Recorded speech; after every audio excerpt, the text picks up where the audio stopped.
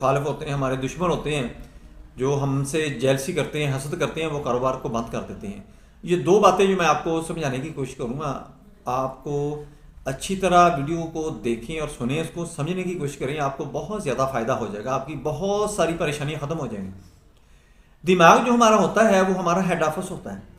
جب ہمارا دماغ اچھی طرح کام کرتا ہے، دماغ پر کوئی بوجھ نہیں ہوتا، کوئی پریشر نہیں ہوتا، کوئی ایسا اثر نہیں ہوتا، تو اس وقت وہ دماغ جو ہماری پوری باڈی کو کمانڈز دے رہا ہوتا ہے، ہمارے سارے کام جو ہے وہ ٹھیک چل رہے ہوتے ہیں۔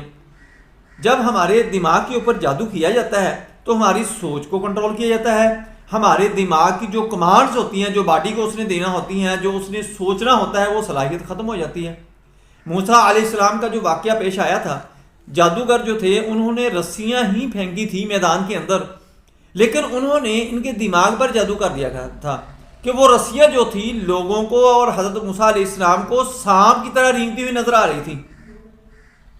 یہ دماغ کا جادو ایسے ہی ہوتا ہے کہ بندے کے دماغ کو قابو کر لیا جاتا ہے اور سوچ اس کی جو ہے وہ ختم ہو جاتی ہے۔ جب بندے کی سوچ ہی ختم ہو جاتی ہے تو اس کے ساتھ ہی اس کی پروگرس رکنا شروع ہو جاتی ہے، اس کی پروگرس رک جاتی ہے، اس کی صحت خراب ہو جاتی ہے، اس کے رشتے خراب ہو جاتی ہیں، اس کا کاروبار جو ہے وہ بالکل ہی ختم ہو جاتا ہے۔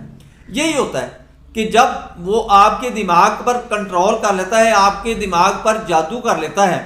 تو آپ کا ساری کی ساری جو پروگرس ہوتی ہے، آپ کی ساری کی ساری جو ڈیولپمنٹ ہوتی ہے، وہ ساری کی ساری ختم ہو جاتی ہے۔ اس کا مقصد بھی یہی ہوتا ہے، جو آپ کا مخالف ہوتا ہے، آپ کا دشمن ہوتا ہے۔ جب آپ نے اگر ان چیزوں سے بچنا ہے تو یہ چھوٹے چھوٹے عملیات ہیں، یہ کر لیا کریں، انشاءاللہ آپ کے دماغ کے اوپر، آپ کے سوچ کے اوپر، آپ کے کاروبار کے اوپر کوئی بھی جادو نہیں کر سکے گا۔ آپ نے اس کے لیے کیا کرنا ہے کہ آپ نے سب سے پہلے تو نماز کی پابندی کرنی ہے اور باوضو رہنا ہے۔ یہ دونوں چیزیں آپ کے لیے بہت مشکل ہیں۔ جب آپ اس کے اوپر پورا کنٹرول کر لیں گے، یعنی نماز پڑھنا شروع کر دیں گے، باوضو رہنا شروع کر دیں گے، تو آپ کے جادو کے اثرات اسی وقت ہی ختم ہونا شروع ہو جائیں گے۔ کیونکہ جب جادو کیا جاتا ہے تو وہ نہ نماز کے قریب جا سکتا ہے، نہ وہ وضو کے اندر رہ سکتا ہے، اور نہ ہی وہ قرآن پاک کی تلاوت کر سکتا ہے، اور نہ ہی وہ مسجد یا ایسی پاک جگہ پر رہ سکتا ہے، جا سکتا ہے۔ یہ اس کے لیے بڑے مسئلے بن جاتے ہیں۔ جب آپ نماز کی طرف آپ کی رغبت ہونا شروع ہو جائے، اس کے ساتھ باوضو رہنا شروع کر دیں، آپ تلاوت قرآن پاک کرنا شروع کر دیں، تو انشاءاللہ آپ کا جادو ہے وہ ختم ہونا شروع ہو جائے گا۔ آپ نے کیا کرنا ہے کہ سورہ بقرہ جو ہے اس کا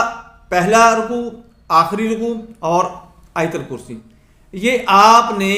3 دفعہ صبح پڑھ لیا کرنا ہے، 3 دفعہ آپ نے شام کو پڑھ لیا کرنا ہے۔ اگر آپ نہیں پڑھ سکتے